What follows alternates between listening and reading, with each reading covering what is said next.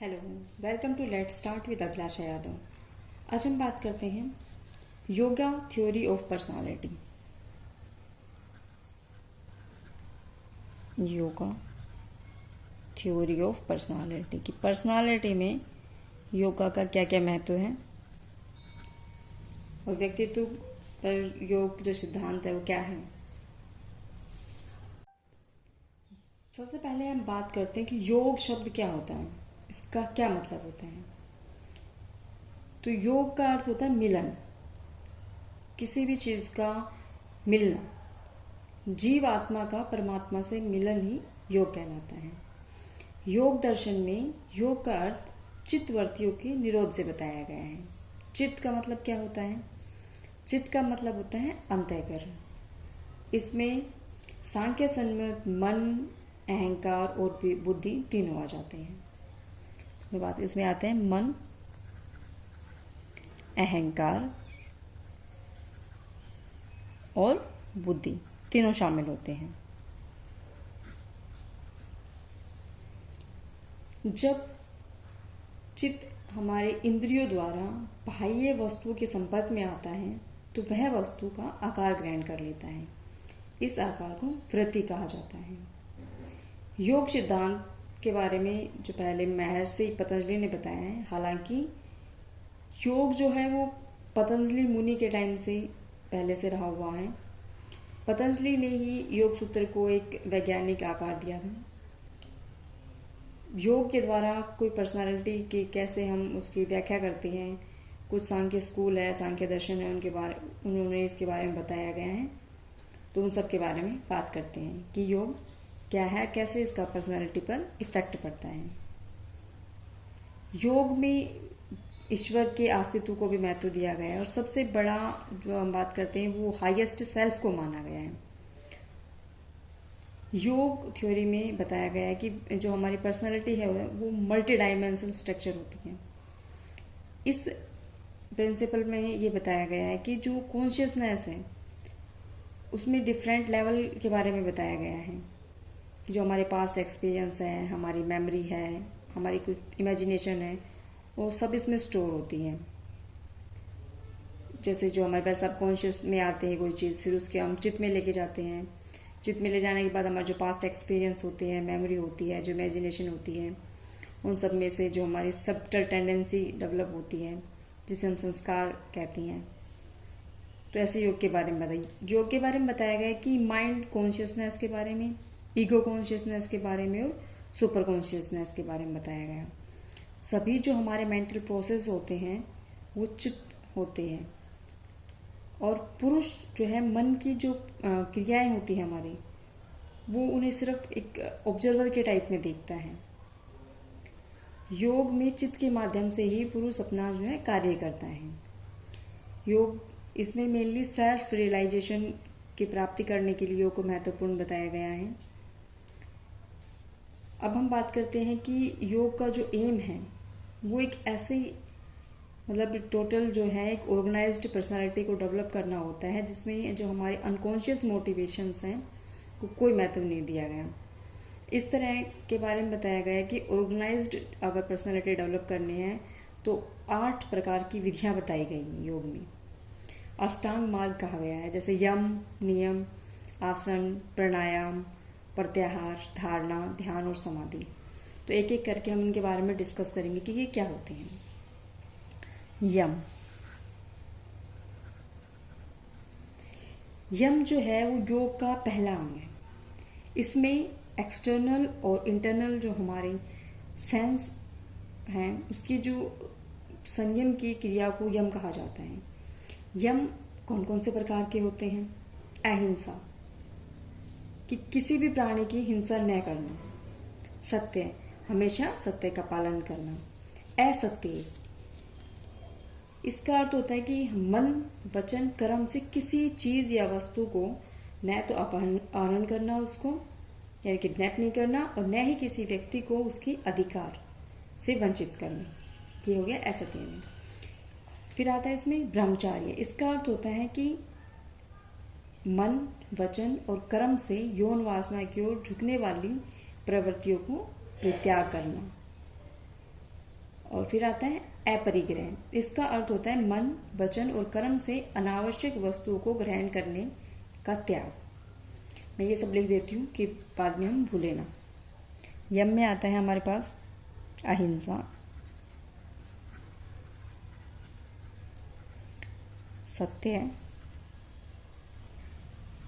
असत्य, ब्रह्मचार्य,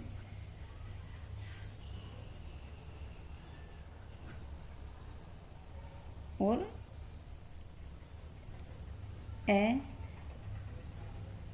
अपरिग्रह। नेक्स्ट हम बात करते हैं, हमारे पास आता है नियम। योग का दूसरा जो अंग है वो नियम बताया गया। नियम का मतलब होता है कि सदाचार के प्रश्रय देने से होता है, मतलब कि ऐसी कौन कौन सी चीज़ें हो जो हमें फॉलो करनी चाहिए। नियम,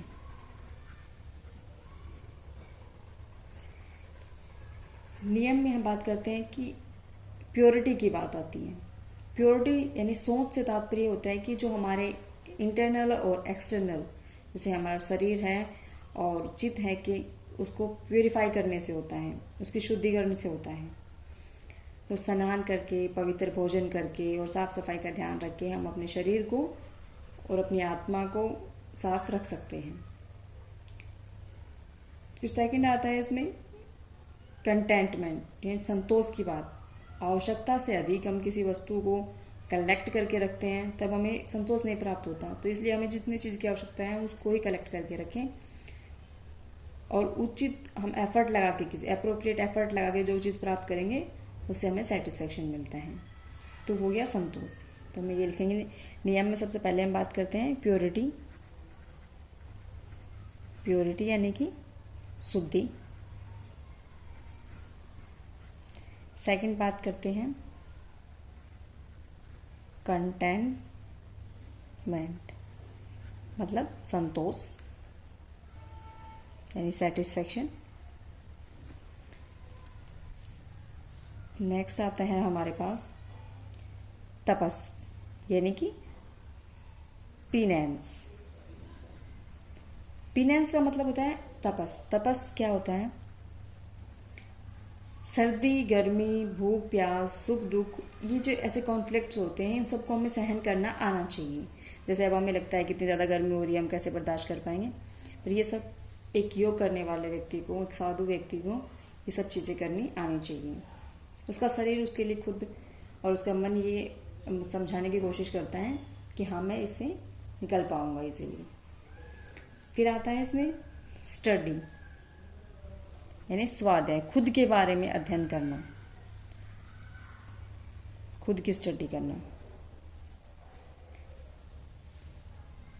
मोक्ष शास्त्रों की स्टडी करना और ज्ञानी जो पुरुष हैं उनने जो अपने थॉट्स दिए हैं उनके बारे में विचार करना और उनका अनुसरण करना। और इसका फिर लास्ट आता है कंटेम्पलेशन ऑफ गॉड।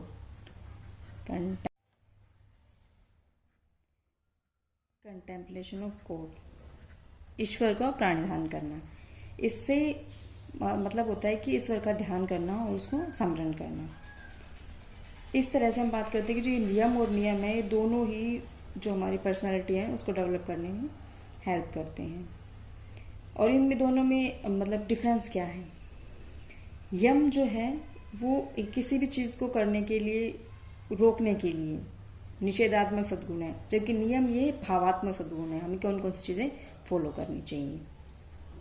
फिर हम योग के तीसरे नियम की बात करते हैं, वो है आसन। आसन का मतलब होता है कि जो एक पोस्चर बनाना। हम जब आसन करते हैं तो जो शरीर की विशेष मुद्रा होती है, हमारी बॉडीली पोस्चर की बात करते हैं। में रखना, बॉडीली पोस्चर क्यों बनाते हैं? ताकि जो हमारा तन और मन दोनों के जो चंचल होते हैं वो उनकी चंचलता समाप्त हो जाए और वो हमारे कंट्रोल में है। आसन के द्वारा हमारा शरीर स्वस्थ हो जाता है और अपने शरीर पर हम कंट्रोल पा लेते हैं। योग में योगासन को महत्वपूर्ण बताया गया है।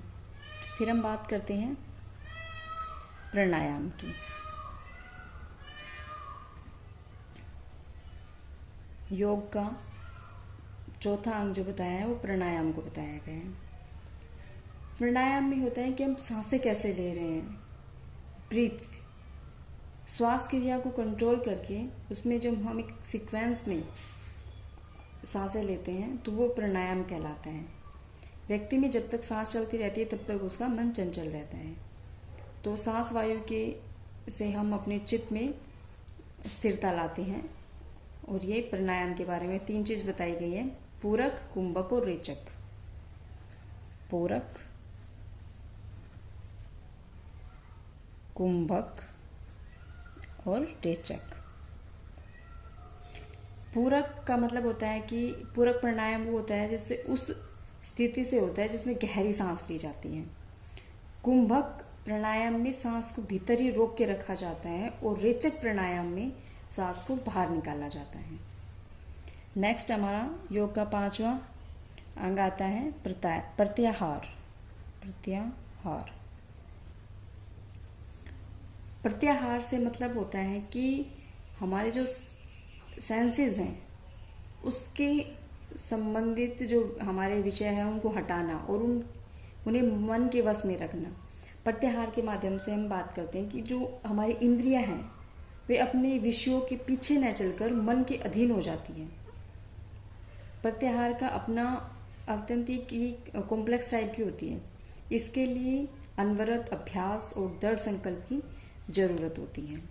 नेक्स्ट हम बात करते हैं धारणा। इसका मतलब होता है कि चित्त को किसी एक ऐसे विषय पर लगाने की कोशिश करना। जैसे हम मतलब योग कर रहे हैं, हमारे सामने कोई फूल की पत्ती है, उसके ऊपर अपना ध्यान इतना लगा देना कि बाहर क्या चीज चल रही है उस पर कोई ध्यान न जाकर सिर्फ उस एक वस्तु पर अपना ध्यान केंद्रित करना।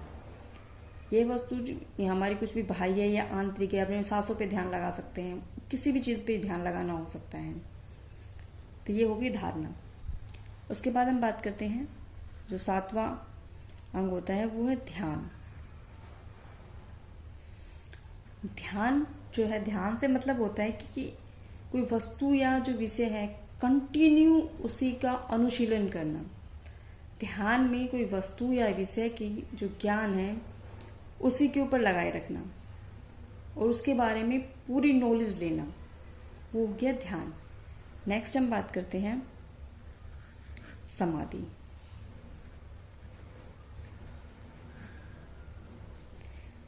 समाधि जो है वो योग का 8वां भाग है और ये आखिरी भाग है। समाधि का मतलब होता है कि जो हमारी कोई ध्येय वस्तु है या विषय में जो चित्त की विक्षेप रहित एकाग्रता, बिल्कुल कंसंट्रेशन के साथ हम जब किसी पे अपना ध्यान लगा देते हैं, इस अवस्था में मन अपने ध्येय वस्तु में पूर्णतः लीन हो जाता है, जिसमें व्यक्ति को अपने बारे में कुछ भी ध्यान नहीं रहता और वो इस अवस्था की प्राप्ति हो जाने पर चित्तवृत्ति का निरोध हो जाता है। और हमने योग का मतलब क्या जाना था कि चित्तवृत्ति का निरोध होना ही योग कहलाता है। तो इस प्रकार हमने ये जाना कि योग के जो अष्टांग मार्ग हैं वो पर्सनालिटी के संपूर्ण और संगठित डेवलपमेंट के लिए बहुत जरूरी है और इन्हीं के पालन से व्यक्ति जो अपनी चित्तवृत्तियों का निरोध कर पाता है और जो चित्त का विकार है उसको नष्ट कर पाता है। तो योग के हमने ये 8 अंग, यम, नियम, आसन, प्राणायाम, प्रत्याहार, धारणा, ध्यान और समाधि के बारे में जाना, जिसमें कि जो हमारे लास्ट के 3 हैं, धारण, ध्यान और समाधि, ये तीनों मार्ग इनका योग से सीधा संबंध होते हैं। ये जो लास्ट के 3 ऑर्गन बताए गए हैं, 3 अंग बताए गए, ये इंटरनल ऑर्गन्स हैं जो सिर्फ हमारी आंतरिक अनुभूतियों या जो हम अपने किसी चीज़ पे ध्यान लगाते हैं, धारणा करते हैं, समाधि करते हैं, ये इंटरनल ऑर्गन से रिलेटेड होते हैं और बाकी ये 5 जो हैं अंग ये एक्सटर्नल ऑर्गन से रिलेटेड होती हैं। जब व्यक्ति के सामने कॉन्शियसनेस की हम डायमेंशन की बात करते हैं तो उसमें ट्रांसेंडेंटल कॉन्शियसनेस की बात आती है, अनुभवातीत चेतना के बारे में। यही योग है। Thank you.